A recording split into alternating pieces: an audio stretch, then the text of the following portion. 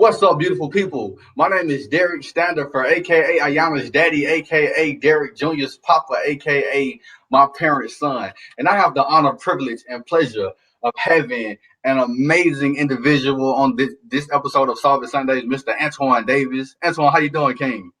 Man, I'm good, man. I'm glad to be here. Man, it's an honor, privilege, and pleasure to have you on. Y'all, if y'all ever heard me talk about the Mastermind Group, Antwon Davis is one of the members of the Mastermind Group. I met him in 2016. 4 years later, we still pushing each other. We still making sure we're sharpening the steel. It's been an honor to know you, man. I'm a big fan of your work, Mm, fan of your philosophy about life, and I'm excited to share your expertise with the world, King. For real, for real. mm. Appreciate that. Let me I gotta make this public. Give me 2 seconds. All right, cool, cool, cool, cool. All right, so before we get started, can you give us some background information about who you are, what you do, why you do it, and where you from, King? Cool. Yeah. So, my name's Antwon Davis. Originally born and raised in Albany, Georgia. On the south side of Albany. Some people know a small city called Albany, Georgia. I don't know if people know that song about Phil Mall. But yeah, I'm from Albany, Georgia. I've been in Atlanta since 2005. I came up here to attend college at Georgia State University, graduated with my bachelor's degree in marketing. I started my first internet business while I was in college. And I like to say that I really was just kind of starting, trying to find my own way. Ended up building a marketing, which now a marketing firm called Fourth Park. And we basically were just working with clients, initially just trying to help solve problems. And next thing you know, one problem, you solve one problem that leads to other people's problems. And that I'm, in the middle of college trying to juggle classwork, a girlfriend, and a shit ton of clientele at the same time. And you really right after college when I went ahead and like set up my LLC and got everything off the ground and hired on my first designer, and we went off from there. And so that's that part. Other than that, what else, man? I don't know. I guess that's initially what I would say. Hey, you really hit it on the head, man. I think a lot of people miss this point, man. But college is supposed to open you up to what you want to do for yourself and what you love to do. And to Mm-hmm. get out of college, walk across that stage, get your degree, and start your hustle, start your entrepreneurial lifestyle, man. Yeah. You've been an entrepreneur ever since. You haven't had a job after college since then, have you? No. I came right out of college, self-employed. You've Mm-hmm. been an entrepreneur making his own money, man. So we need a lot of individuals to say that they want to grow up and be like Antwon Davis. You shop for me every day, man, and we greatly appreciate your blessings. So the first step of solving Rubik's Cube. Oh, before I get started, before I tell y'all this, Antwon Davis is responsible for the Life is Like a Rubik's Cube brand. If y'all can see Hey, the come logo on, come in the on. top right hand side of the corner, the book cover, everything, the website for Life is Like a Rubik's Cube. Yes, That's sir. Anthony Davis brain work, man. He put that thing together. I'm thoroughly pleased. It's been an amazing Yes, journey. sir. Yes, Appreciate sir. you. Yes, sir. It's been a blessing. So and he's always speaking life. I think he's one of the reasons behind the whole Life is Like a Rubik's Cube, man. He's always told me positive things about it. And it's a blessing to have you on, King. So the first step of solving the Rubik's Cube, the first step of solving life is to believe. So you started a company called Spendify. Mm. And Spendify is doing amazing work in the Black community. So can you give us some history, insight of what Spendify is and what y'all do? What's the work that y'all do? So Spendify was started back in 2015 with a former business partner of mine. He and I had kind of joined in this whole sort of wanting to figure out a way that we could bring a solution or solutions in the middle of. So I mean, you could almost paint the picture. It's 2015. We're in the middle of the Black Lives Matter movement, kind of toward the earlier phase of the Black Lives Matter movement, and every other day, we're seeing on our phones just scenarios of police brutality happening. And I think this was when it started to be documented at an alarming rate across social media and the news. And so we were in the midst of that whole scenario as young Black men living in Atlanta. He and I were both affiliated with the King Center and just wanted to be a part of the answer, the solution. And out of that brain child development, just strategizing and talking back and forth was birth this whole concept of Spendify. And Spendify it's a tech company based here in Atlanta, Georgia. It's been operating since 2015, and what it is, it's currently a digital platform that makes it easy for everyday consumers to discover amazing Black businesses in their city. So that's phase one of what we've been thus far as an online platform. And it started really because we feel like at the core of the problem that we're seeing in our community and even in society, we believe that at the core of a lot of what we're seeing, of course, we've gone through a history of slavery, oppression, just demonic behavior by a group of people who leverage their own desires, if you will, by exploiting others. And so we're in a day and age now where what really runs this nation and the world is your dollar, the power of your dollar, how you spend it, how you invest it, how you save it, what you do with it, just the psychology of the dollar itself and the power of it. I mean, we all wake up every day and give our time away to cash to trying to go and get this bag, you know, and get this money. So when we built Spendify, the whole concept was leveraging your dollar for economic and social good, waking up the conscious consumer to the power of the dollar, and inspiring a generation to spend different. The word Spendify merges two words, spend and defy. It's about a behavior change. That if you knew the power of your dollar, how different would you spend? If you knew that your power could shift government, if you knew that your power could change the economic fabric of your neighborhood, your family, your community, the world, how differently would you spend your dollar? And I think, you know, when you go into the statistics and all, there's over 45 million African Americans in the United States. And we account for technically they say about $1.3 trillion in spending power. Yet only 2% of our disposable income actually goes back into the Black community. You know, so with 98% of our dollar is being sifted out of our community and placed into the hands of other communities. And a lot of that goes toward your mortgages and your utilities. And some of these industries are kind of locked. You know, we're not necessarily in them and dominating them, but there are other industries where we do represent. And so what we wanted to do was build a platform that made it easy for people to find them. And so we started Spendify. At first, we came out as a directory. Hey, we want to make it easy for people to find you. And now we're evolving. It's evolving into some other things that maybe I'll get into in a second. But it's definitely been a big vision of mine, a big vision of my heart. And to kind of lead it into what I think it can become is definitely an exciting time right now. Oh, give me 1 second. Give me 1 second.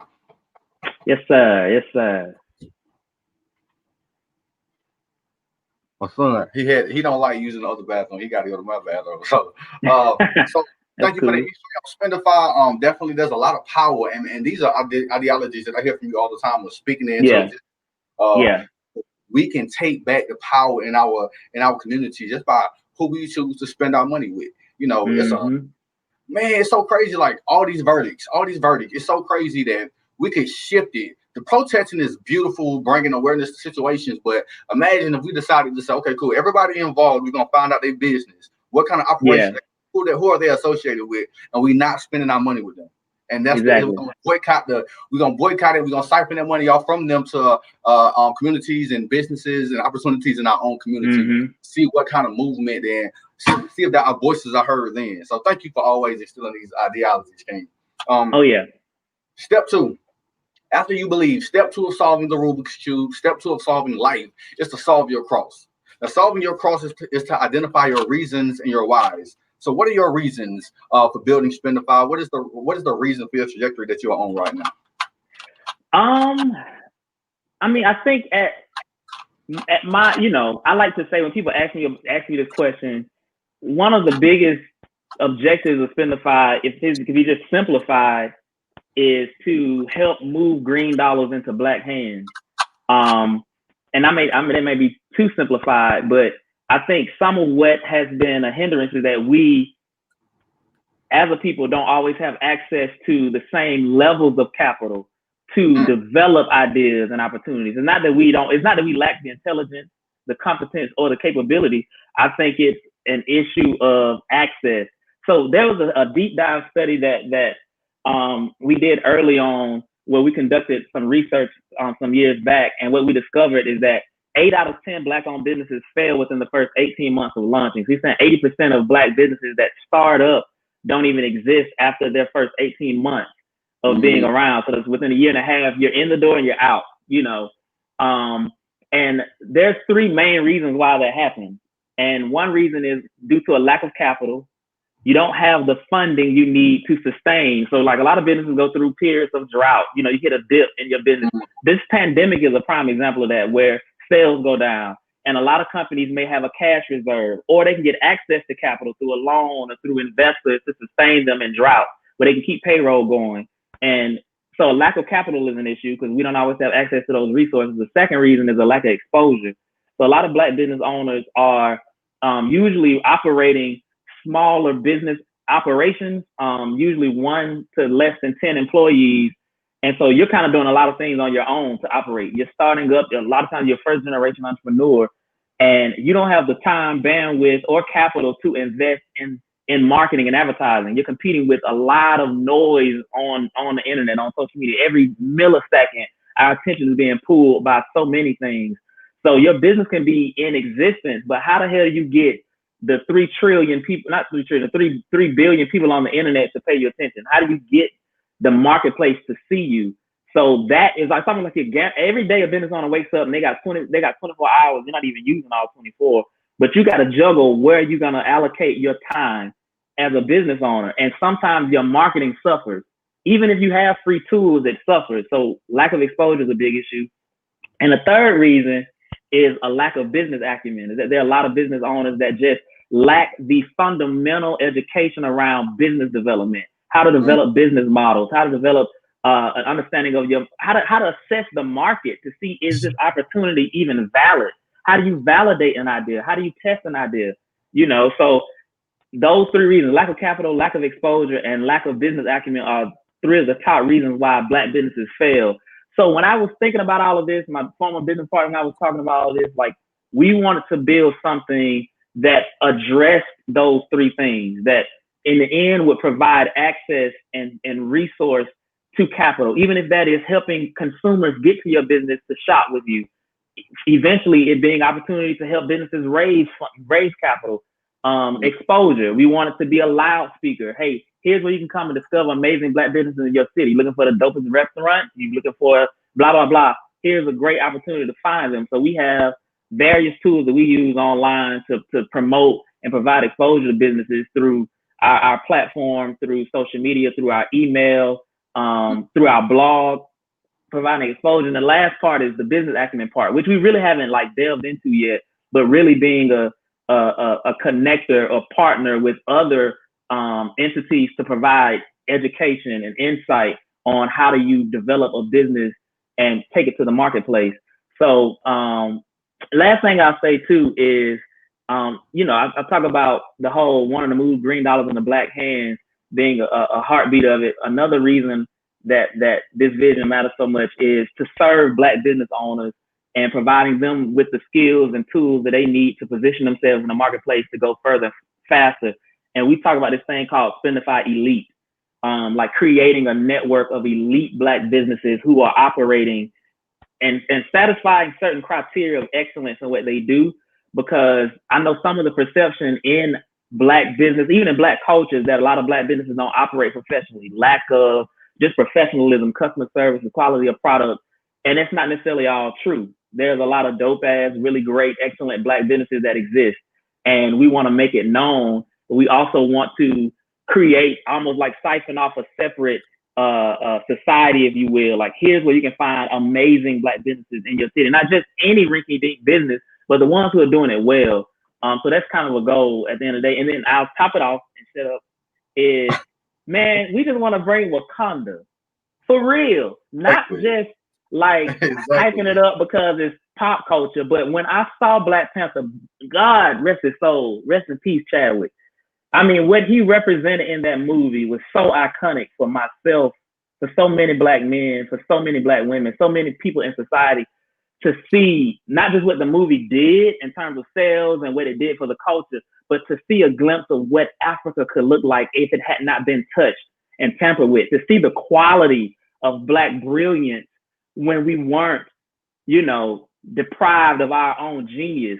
And even in the midst of all of what we've been through, we still have produced so much beautiful shit. But to see Wakanda and that vibranium and the level of technology and innovation, in my mind, I feel like there is an era of Black that has yet to manifest in this world. that is so much more like what we saw in that movie. And I embody it in my soul. Even though I'm only 33, there's a part of me that wants to live and make that a reality, not just for my community, but for the greater world, man, just to be a part of a level of contribution as a people and a race.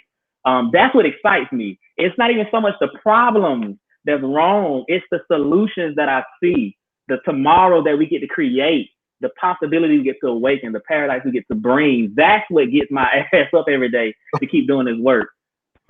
Hey man, it's so crazy. It's so crazy you just said it. Let me so Jakeem, let me get to the comments. Gian Jones, she said, preach, brother Antwon.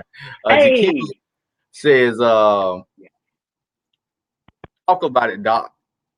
come on, come on, come on. Jakeem also she got a lot of comments because they don't have any savings. Thank you for your participation, good man. Absolutely. Woo. And ethics. And also that's dope to a lot of the concepts, man. Y'all, this is an amazing individual. We got a mastermind meeting in an hour some change after this. So Yeah, we meet yeah, every Sunday at 8. So I get this every Sunday. Every Sunday I get this right here. Yeah. And it's so crazy. I say this all the time, right? Look at what African descendant people were able to do under the guise of slavery, under the guise of yeah. racism. All these inventions, Mm-hmm. like all these thinking, all these ideas that we brought to the world under the guise of slavery. Mm-hmm. Imagine if Africa had never been oppressed. Imagine had the citizens of Yeah, Africa never been oppressed. Imagine what the world would look like. We want to yeah. have cancer and global warming, all this crazy stuff that we Mm, have that we shouldn't even be dealing with right now. Because it's a way more efficient, mm-hmm. selfish way for everybody Mm-hmm. embody this Wakanda idea without it being a top heavy approach, without few at the top, many at the bottom without it. Man, it's so Yeah, crazy yeah. looking at that. But it's racism. Racism is a cancer to the world, It not just is. It is. it's a cancer to the world, man. It's so crazy how this. But that's another. Anyway, after you solve your All in cross, nature. that's what it looked like. We got a cross. The cross resembles our plus sign. So thank you for sharing your why. Step 3 of solving the Rubik's Cube. Step 3 of solving life is to fill in your corners. Now, filling in your corners means to identify what kind of environment do you involve yourself in. What kind of friends did you identify? What kind of Mm-hmm. audio do you listen to? What is the environment of Antwon Davis? Mm-hmm. Yeah. So I've been blessed to have a plethora of mentors over my life. I've been mentored by a lot of amazingly brilliant black men from various fields, various expertise. And these were guys that I, sought after, got connected with through just things that I was doing. Some of them have been clients of mine. A lot of them have gone on to do like amazing work. And I'll name some of them. People like uh, Terrence Lester, with Love Beyond Walls, Sean King, Vincent Hunt, rest in peace, my cousin Sherrod Hart, Dominic Purviance, Milan Ford, my grandfather, Ulysses Hart, my dad, Ernest Hart. And my dad is actually here. He's in the living room watching football right now. But he's here. He actually came up to Atlanta this weekend. We're celebrating his birthday. I just took him out to eat. So we just kind of like hung out and stuff. But just yeah.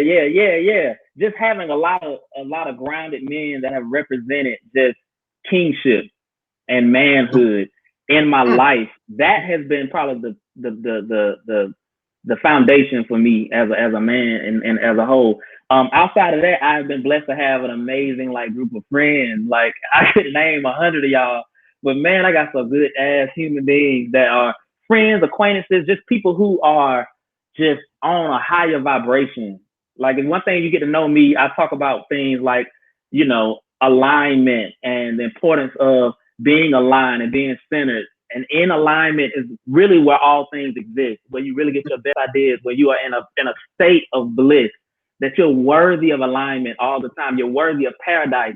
Paradise happens first in the soul. Thy kingdom come, thy will be done on earth happens on the inside first. And when you exist in that state, then you can manifest all things. Then you can manifest the lifestyle you want, the health you want, the career you want, the family you want. All those things come as a byproduct of alignment. So having people around me and friends around me who I think represent that, not people who are perfect, but people who desire to bring paradise in one way or another. So just having a dope ass network of people, having a dope ass mastermind group of which you're a part of, So these five, bro, it's like five of us in all. So it's four other guys. We meet every Sunday. We've been doing this thing now since the fall of 2016. Every week, like clockwork, tapping in and like holding each other accountable to the greater goal as Black men. You know, five brothers connected. So my mastermind group, I've been grateful for that because I've always wanted one consistently, and that keeps me grounded and motivated and just optimistic to be able to check in and talk about, man, this is what I'm working on. Here are my blind spots. What do what advice did you give? Just people to hold you accountable. My mastermind is a big deal. The last piece for the people thing I say is like, I recently started a family business mastermind with a few people in my family. And like, I really love my family. I really care a lot about my family on both sides, on my mom's side and my dad's side. And we started this family business mastermind. So we're meeting every week now, talking about finance and wealth and just trying to unlearn some things and relearn some things. And that's been a beautiful process so far. Outside of that, books, I would say I read some books. I read a lot. I haven't been reading lately because I've been working so much. I'll just point out a couple of books that I got. This is a book that I read. This is like the thickest book I think I read. This is by Tony Robbins, Money, Master the Game. He talks about financial freedom. I'm really big on financial education and wealth building individually, as a family, and as a community. This is a good book. Black Enterprise wrote this book on millionaires, the Millionaires Club, how to develop a millionaire, how to develop your own investment group. This was good.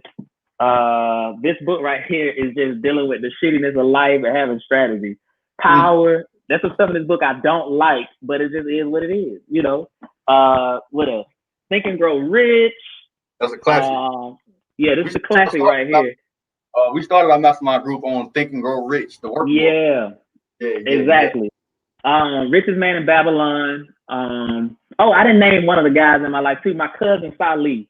He's a doctor, but he's also a real estate investor. He said, "Cuz, you need to read this book," and I read it in like a week, and went back and was like, "All right, what's next?"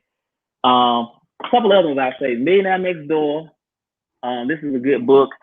This is a book I haven't read yet, but I'm about to dive into this soon.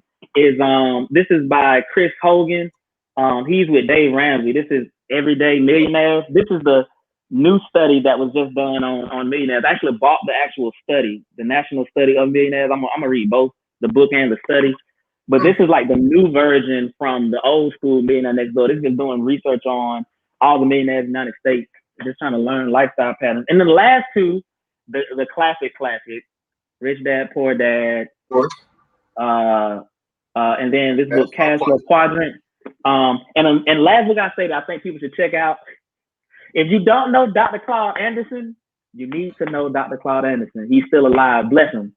He wrote a book called Powernomics. He has a couple of books that he's written. Powernomics is a really good read if you really want to understand the thread of slavery and the economic agenda of slavery and how it has been perpetuated from the time it started to now. He's one of the few people that I know who's properly traced the transcontinental slave trade from the beginning, not predating Europe's involvement of how we were enslaved even before they started enslaving us, but just the economic agenda all throughout. And it's just a really good book to understand how we as a people come back and develop our own powernomics, economically empowered. Last bit, podcast wise, I listen to this podcast every week called Millionaires Unveiled. They interview a millionaire every week and they break down their entire wealth plan. I mean, allocation, what they invest in, how they invest. These people reveal a lot of their shit. I really like it. It's a good way to get inside of the heads of people who are wealthy and just how they think. And I pulled a lot from that. Another one is these guys who have this podcast called Earn Your Leisure. They've done a lot of interviews with a lot of people that I respect and admire, like Dame Dash and some other cats. So that's good. And then I have a playlist on my phone, my music playlist, where I put songs. It's called King Vibes, because I believe sound is vibration. Vibration impacts how you think, and your thinking controls your state, your mood, and eventually your emotions. And so it's certain things that I listen to that just shock me back into my state, as Beyonce would say in her song Bigger, snapping out of your step in your essence and know that your excellent rise, the spirit is teaching. So there's certain songs I listen to that snaps me back into my state of alignment that I have on that playlist. And it's stuff from Kendrick Lamar, Beyonce. I got some Kanye on there, some Jay-Z. Just a couple of different artists that I really like.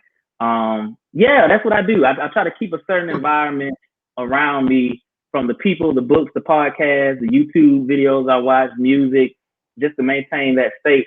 And the last thing I would say is that I've been trying to practice this thing of practicing alignment. It's part of my like spiritual journey that I'm on. Growing up Christian, having a lot of biblical Christian values, as a person that believes in bringing the kingdom to earth, I translate the kingdom being paradise being what heaven should feel like. I try to practice alignment and practice alignment as often as I can. I don't do it enough, but it's just my own, like, certain things that I do, exercise that I do, at times just kind of realign myself, certain things that I remind myself of every day. Sometimes I do it through the music as well, just so that I can kind of reset and get snapped back into what's true. And then from that state, manifest all things and do work. Because I realize when I'm not in alignment, I am not enjoying the work or life. Like, life is shitty when you're in alignment. And there's so much in the world that's not in alignment. And if I let this world control me, I'll be out here killing a whole lot of these folks. Folks out here be driving folk crazy. But that's what I do, man. I try to keep that environment around me because it's so much despair. We got COVID. You got just demonic behavior going on all over. And it's very hard sometimes to even stay optimistic to the goal. But with the help of a mastermind like you, Derek, being a part of that, books and other things, my faith, spirituality, and just daily practicing that shit, it's been like how I stay on 10, because it's real out here in the streets. So, y'all, Antwon is one of those people. When I talk to him, I got a whiteboard when I'm talking to Antwon in every room, and he the sole reason for it. Because every time I'm speaking, I'm writing down authors, I'm writing down points, I'm writing down tips. I say this all the time. I'm not afraid to have people in my circle who's smarter than me, and I try to find eagles in my circle. And when I tell you to be a part of a mastermind group where everybody's, I can brag on this brother all day, but for knowing him for the past 4 years. He's elevated. I'm definitely elevated. And I'm still chasing him. It's like one of those things. Y'all seen Rocky and Apollo Creed. Rocky wasn't Rocky until he met Apollo Creed. Antwon, Antwon at Apollo Creed type ordeal, man. He's a different kind of beast, different kind of hunger, and breaking family traditions. So make sure y'all take notes on the books that he recommended, the podcast that he recommended, the playlist. Let me get to these comments right quick. King Walker, what's up, good sir? I enjoy reading your book, Derek Standard. Thank you for that plug. I appreciate it. What's up, Antwon? Let me get this on the screen. So King Walker, I enjoy reading your book. King, yeah. Salutations to Antwon. Jakivia, you better say that. Come on, real. Gian Jones says, pass the collection plate. Yes, that's a classic. Which one you talking about was a classic? I mean, several of them were classics. Get that book. Oh, got that book. Me too. Sis, I'm like, wow. That's what's up. That's what's up, individuals.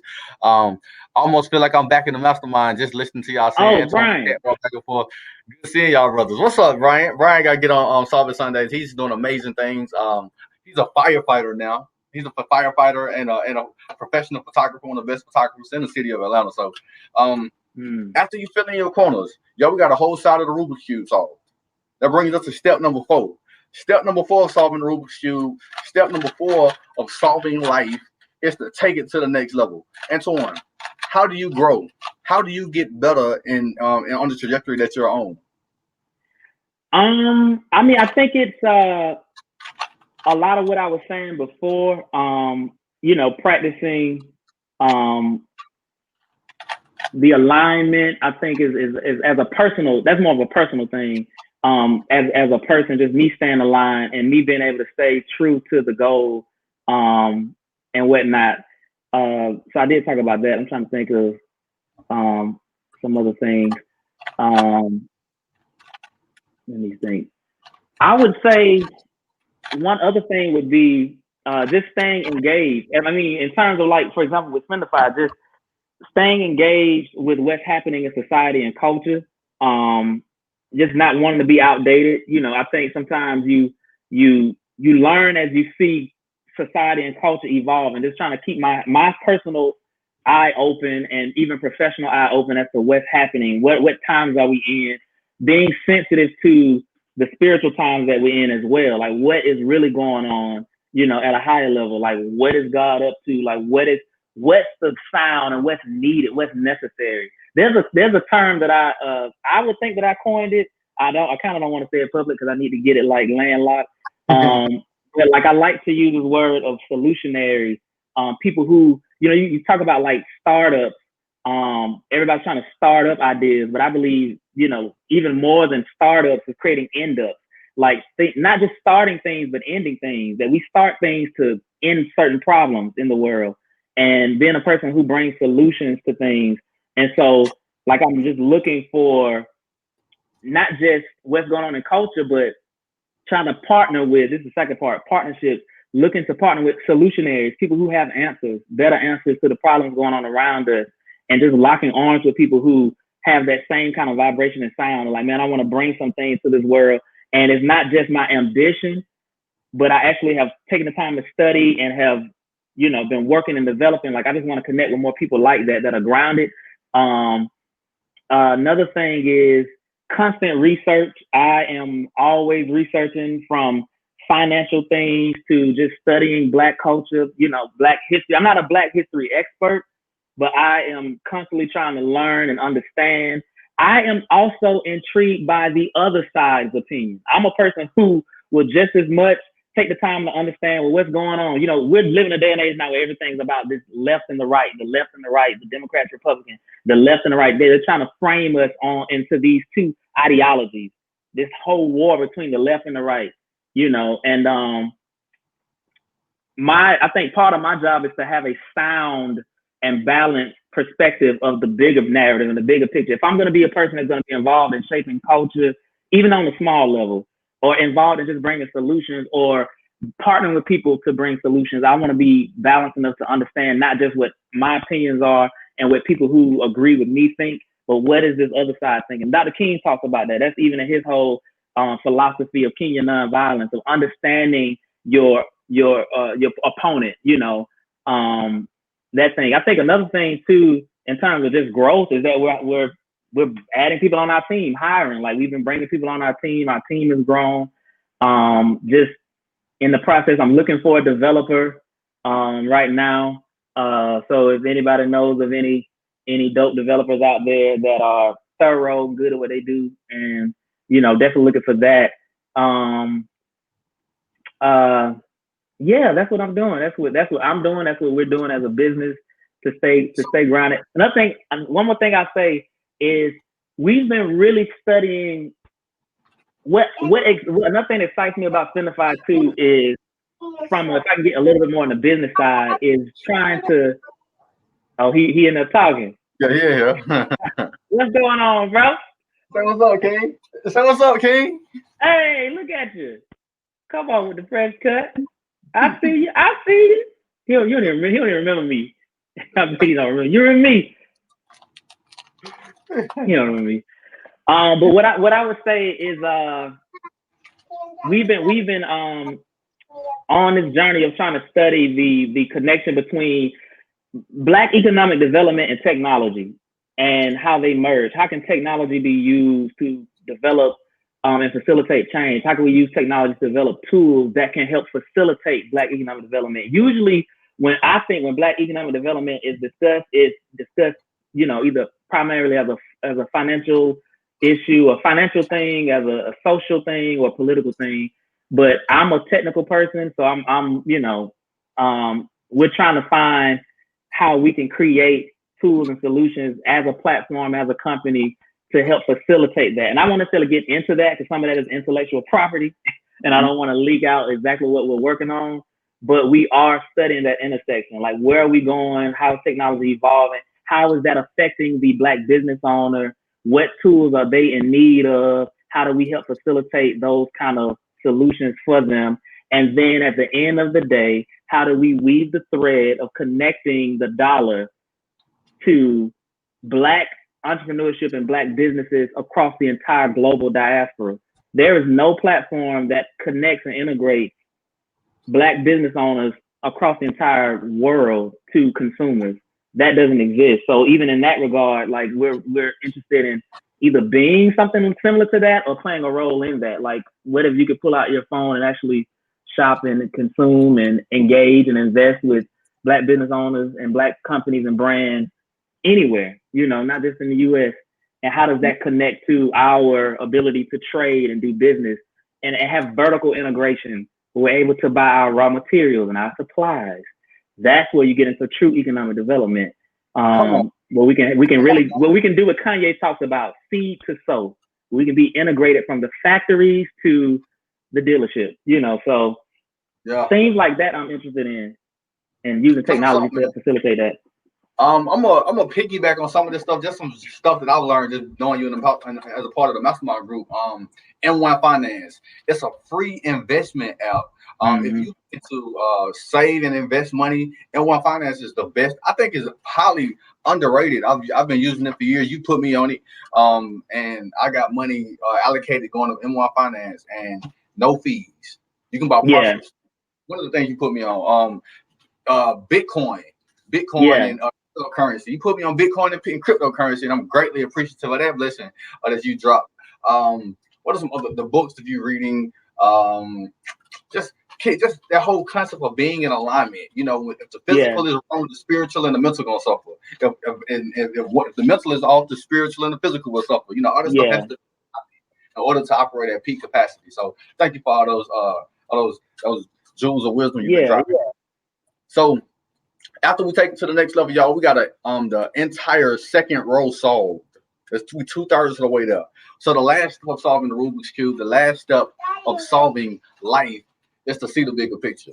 To see the bigger picture, Antwon, what kind of trials and tribulations did you have to endure to get on the trajectory that you're on? A lot of times, we go through pains, and we let our pains kind of drive us into a different direction, not on the path. But some of us turn our pains into power.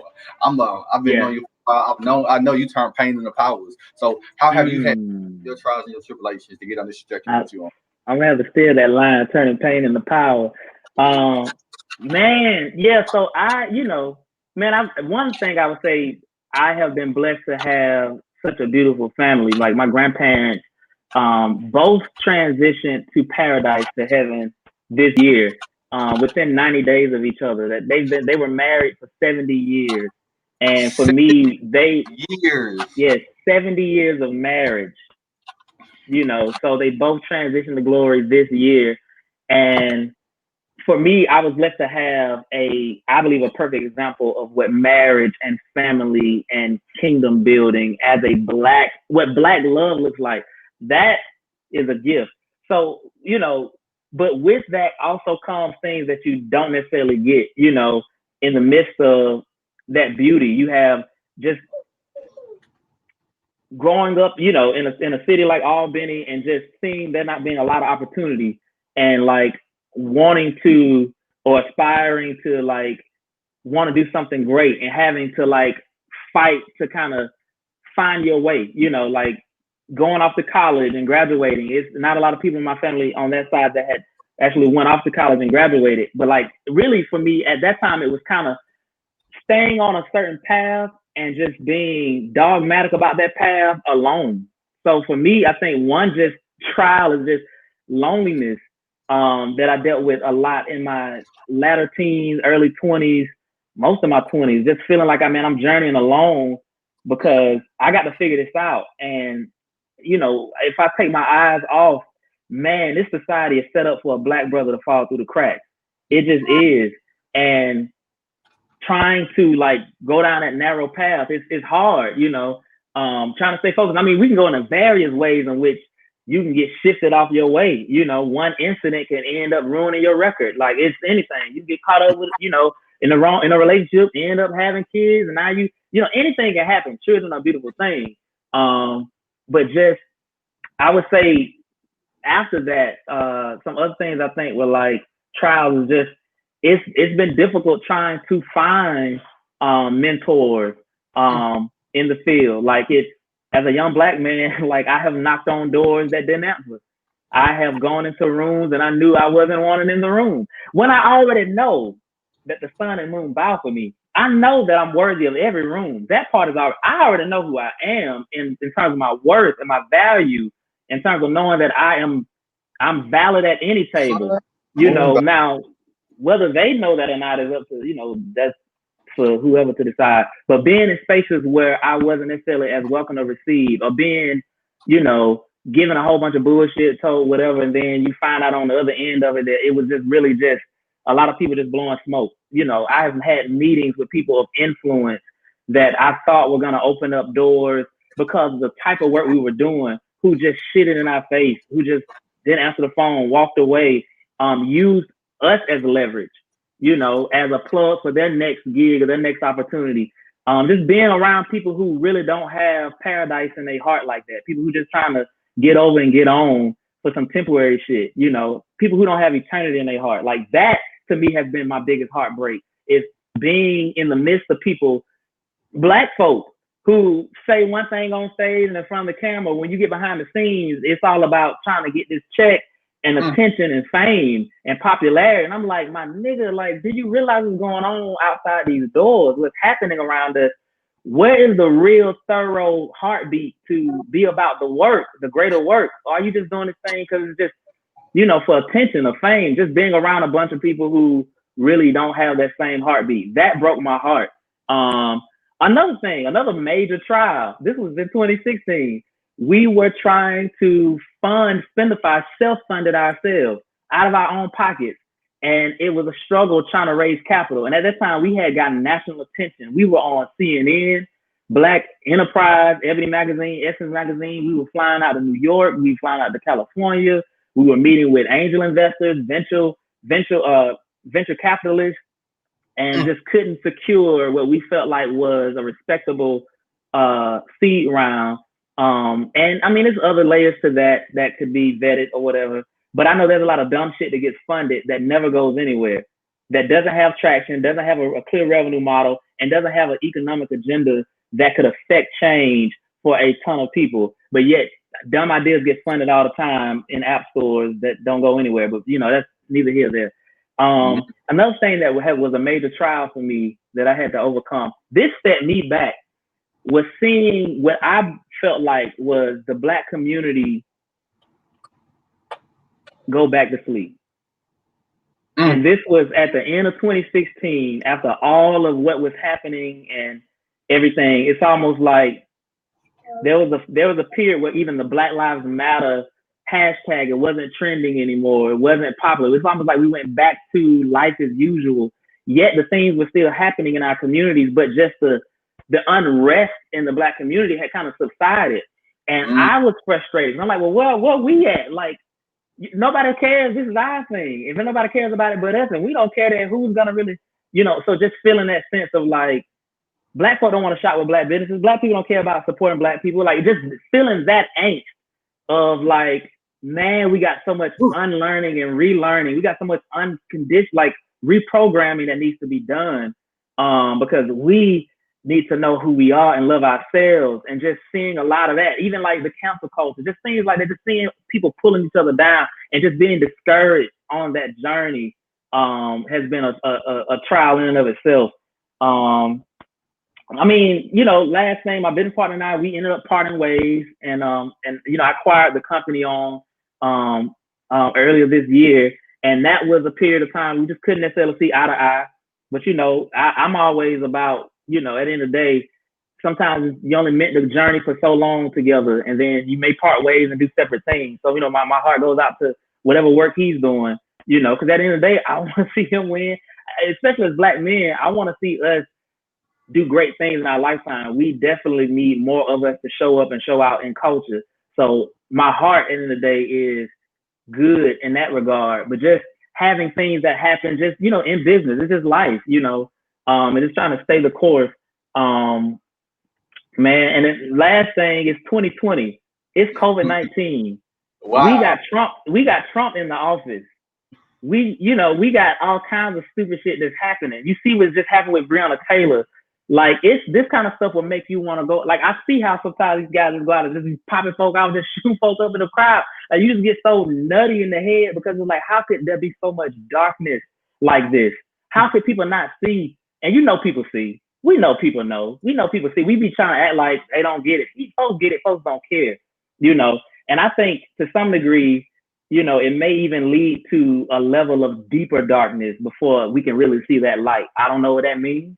I'm not asking for war. I'm not asking for an uprising. But if that's what it takes for us to become what we deserve, for this thing to really break like it needs to break, you know, definitely vote if you're not planning to get your ass up for this November election and play your part. And then after that, let's shift some things going forward. But man, I just have to stay grounded because there's some days I just get depressed just opening up my phone and Man. like I have to go look at like some Black love, like hey, I gotta search hashtag Black love and just see what, just look at some good stuff. There's so much stuff going on that have you depressed, bro. Hey, it's so It's crazy right crazy. now. I made it a mission not to watch the news no more, and Yeah, I'm supposed to be, up on current events. How you're an educated individual but not up on current events? And quite frankly, it's depressing. Trying to be in alignment and develop kingship, and yeah, it's so depressing seeing yeah. all the demonic things that are happening in the world. It's so bad. I'd rather remain ignorant. I'd rather not know because Mm, I read something that black men experience racism like when we experience it. Like I haven't. I mean, I haven't had a situation where a victim of police brutality, but mm-hmm, reading about the stories make me depressed. It drains mm-hmm. my energy. It's Yeah, it's one of those things, and you gotta offset it. And I read a quote that made me feel very hopeful. It said, "Teaching is a form of revolution." So mm, how to learn from dope individuals like yourself and continue to teach and continue to grow, mm-hmm. man. Because there's other ways to fight the fight. Um, Yeah, man, you're you right. hit on this a lot, man. But we got to be passionate about ourselves, without it being reactionary. Something happens, and then we're Yeah, hyped for a hot second, and then it kind of like you said, die downs a little bit, and yeah, it needs to be a undying, never ceasing love and respect for ourselves, and yeah, we need to love each other enough to it's common knowledge to not yeah, support, not support. Like Asian businesses, they don't have to support Asian businesses. yeah, It's just common nature. They gonna spend their money with their other businesses. It's just common yeah, nature. It's not exactly. you feel me? So we need to get into that concept. Well, it's the norm. I, Mm-hmm, I mean, I buy my cars from black. What do you mean? That's the norm. You can go mm-hmm. to you're in Atlanta. I miss Atlanta. I miss this kind of culture, right? You can go to North Atlanta and Buford, and you see nothing but the Asian signs, and then there's a Mm-hmm. Hispanic out of Atlanta, and then people in their own Yep. language.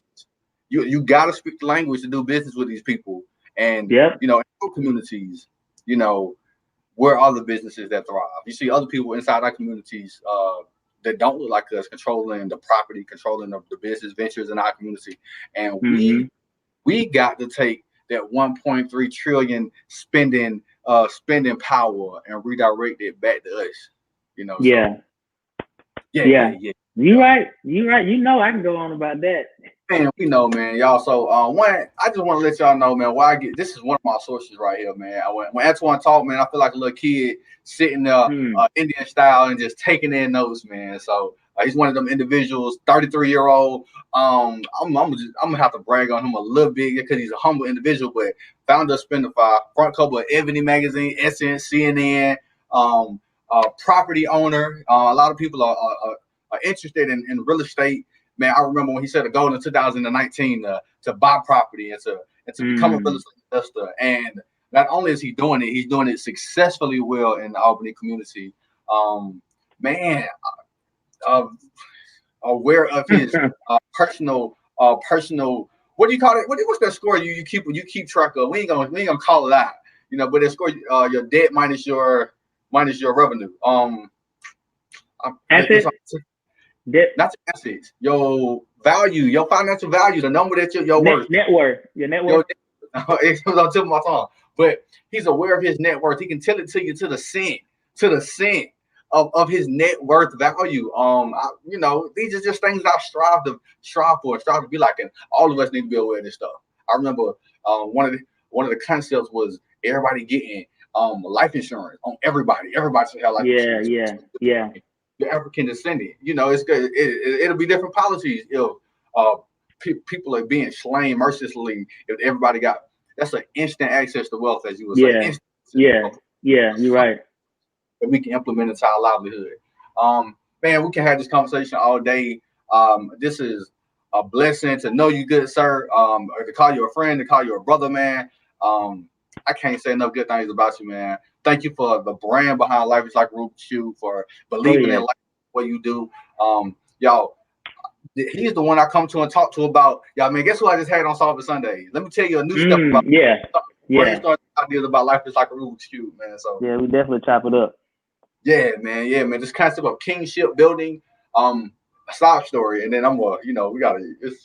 But I went to Alabama and I saw a lot of elderly individuals, elderly men, 70, 80 years old, and they've been knowing each other for decades. And I'm like, you rarely see a whole bunch of men, a whole bunch of older men together, and for Mm, you never see a lot of men together. They always gone. It's always, they always not present. But mm-hmm.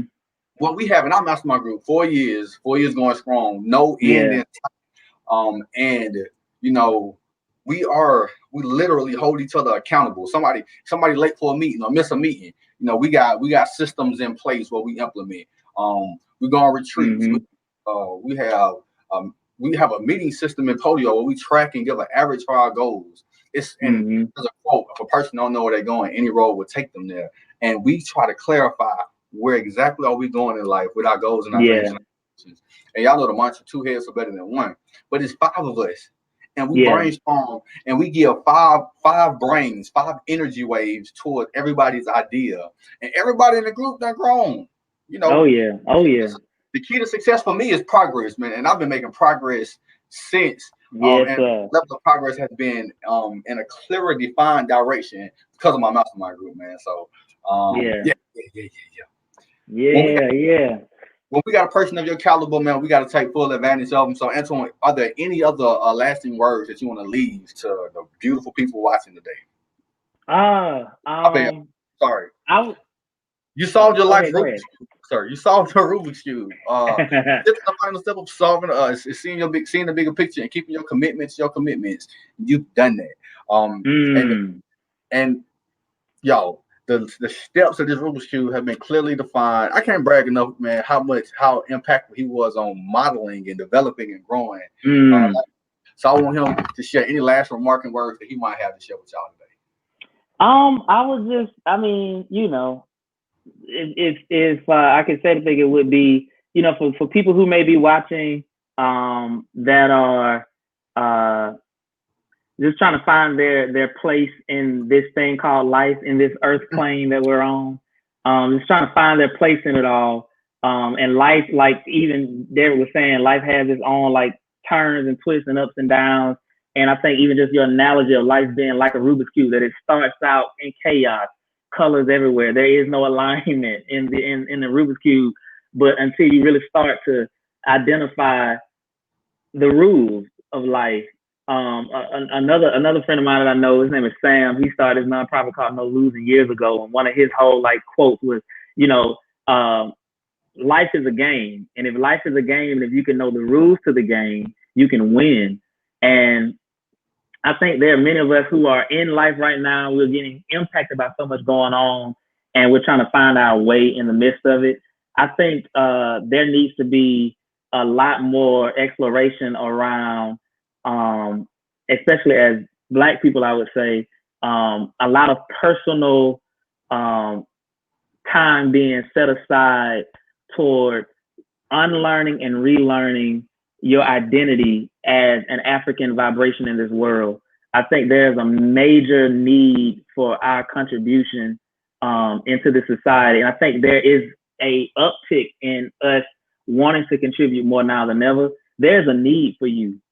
You showed up here because you're an answer to a prayer. Somebody was moaning and groaning to the Lord, and here pops your life. So not only are we here to kind of do things and enjoy life on our own terms, I believe that in us is a sense of longing to bring paradise, to Mhm. bring an answer to the world, that our very presence and being here can be a next step for someone else. And, Mm, if anything, I would just invite more people to the dance. I think there's a joyous dance going on. And it's not full of all this darkness and all this like pandemic bullshit and all of this news, and it's not filled with all of this white versus black. That there's a true state of paradise that we are invited to.